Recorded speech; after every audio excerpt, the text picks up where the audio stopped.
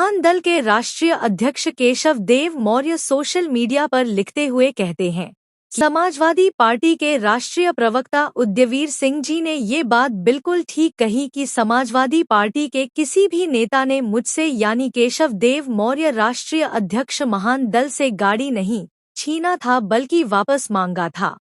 एक कहानी बहुत चर्चा में रहती है, केशव देव मौर्य से आपने फॉर्च्यूनर छीन ली थी। नहीं, उन्हें पैदल कर दिया था, क्या है कहानी वो? नहीं, कोई से फॉर्च्यूनर नहीं छीनी, न कोई पैदल किया। वो भावावेश में कुछ मीडिया से कह गए, बल्कि कुछ मीडिया के लोगों ने उनका प्रयोग कर लिया।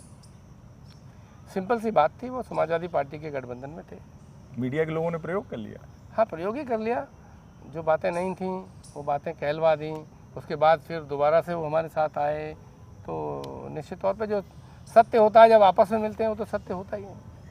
तो केशव देव जी हमारी पार्टी, उनका दल का हमारे दल के साथ गठबंधन था। 2 प्रत्याशी उनकी पत्नी उनका बेटा हमारे सिंबल पर लड़ रहा था। उन्होंने वहाँ बताया संसाधनों का, तो माननीय अखिलेश यादव जी ने पार्टी के नाम की गाड़ी उनको दी थी। वो उससे प्रचार प्रसार किए, चल रहे थे। अब उन्होंने टीवी पे अपना गठबंधन तोड़ दिया एक तरफा, और क्योंकि संदेश वाहक मैं था तो पार्टी के लोगों ने कहा कि जब वो हमारे गठबंधन में नहीं है तो हमारे संसाधनों से कैसे प्रयोग कर सकते हैं, तो उनसे कह दीजिए। तो मैंने केवल उनको मैसेज किया था कि आपने जब गठबंधन तोड़ दिया है तो आपको पार्टी के संसाधन भी वापस कर देने चाहिए। और उन्होंने अपने ही परिचित व्यक्ति के माध्यम से वो गाड़ी लखनऊ भेजी थी। उसके बाद आगरा का एक पत्रकार उनको मिल गया, उसने कहा न्यूज़ बना दीजिए, तो उसके कहने से उन्होंने ऐसा बोल दिया। कोई छीना झपटी नहीं हुई, गाड़ी उनकी एजेंसी में थी और उन्होंने बाकायदा एक व्यक्ति को भेजा जो उनके घर के पास ही रहता है, और वो कार्यकर्ता गाड़ी लेके लखनऊ आ गया, खुद जमा करके गया। चाबी नहीं छीने थे?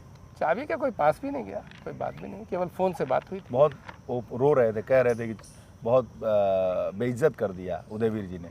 उस समय 2 पत्रकार लोग थे, एक उपाध्याय जी थे आगरा के, एक शुक्ला जी थे लखनऊ के। वो दोनों लोगों ने उन्हें बहुत उनका शोषण किया एक तरीके से, अपने हिसाब से उनसे कुछ बातें कहलवाईं। कोई छीना झपटी नहीं हुई, कोई आमना सामना भी नहीं हुआ, और ऐसा होता भी नहीं राजनीति में कि अगर पार्टी के नाम की गाड़ी है तो वो देने से लड़ें हमसे या हम छीनने जाएं, ऐसा नहीं होता है। वो ऐसे नेता हैं कि वो समाजवादी पार्टी के नाम की गाड़ी के लिए हमसे लड़ने लगेंगे, ना हमारी पार्टी का ये नेचर है कि वो उसको वापस मतलब उसके लिए लड़ के लिया जाएगा, ऐसी कोई बात नहीं है। बस थोड़ा मीडिया ने उसको लेकिन उद्यवीर सिंह जी ने एक बात बिल्कुल गलत कहा कि किसी पत्रकार ने मेरा इस्तेमाल किया। मैंने 2022 चुनाव के बाद समाजवादी पार्टी द्वारा स्वामी प्रसाद मौर्य जो बीजेपी के रिमोट पर काम कर रहे थे उनको एमएलसी बनाए जाने का विरोध किया। मेरी मांग थी कि या तो समाजवादी पार्टी वादे के मुताबिक मुझे एमएलसी बनाए या किसी ऐसे शाक्य सैनी कुशवाहा मौर्य समाज के नेता को एमएलसी बनाए जो 4 से 6 साल से समाजवादी पार्टी का झंडा ढो रहा हो।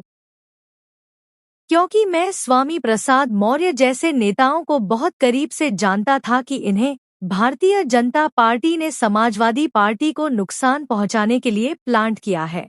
समाजवादी पार्टी आज मेरी उस समय कही गई बातों पर पुनर्विचार करे तो उसे खुद समझ में आ जाएगा कि यदि समाजवादी पार्टी ने स्वामी प्रसाद मौर्य के अलावा किसी और मौर्यवंशी को एमएलसी बनाया होता तो आज वो समाजवादी पार्टी का सच्चा सिपाही बनकर समाजवादी पार्टी की मदद कर रहा होता।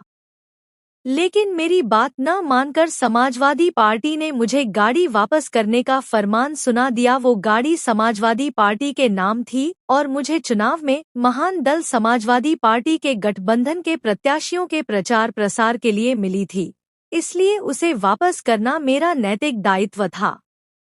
उत्तर प्रदेश में ऐसा कोई पत्रकार नहीं पैदा हुआ है जो मुझे केशव देव मौर्य इस्तेमाल कर ले, बल्कि मैं पुनः कहना चाहता हूं कि भाजपा ने अपने एजेंटों के माध्यम से उल्लू बनाकर 2022 के विधानसभा चुनाव में समाजवादी पार्टी को सत्ता में पहुंचने से रोक दिया।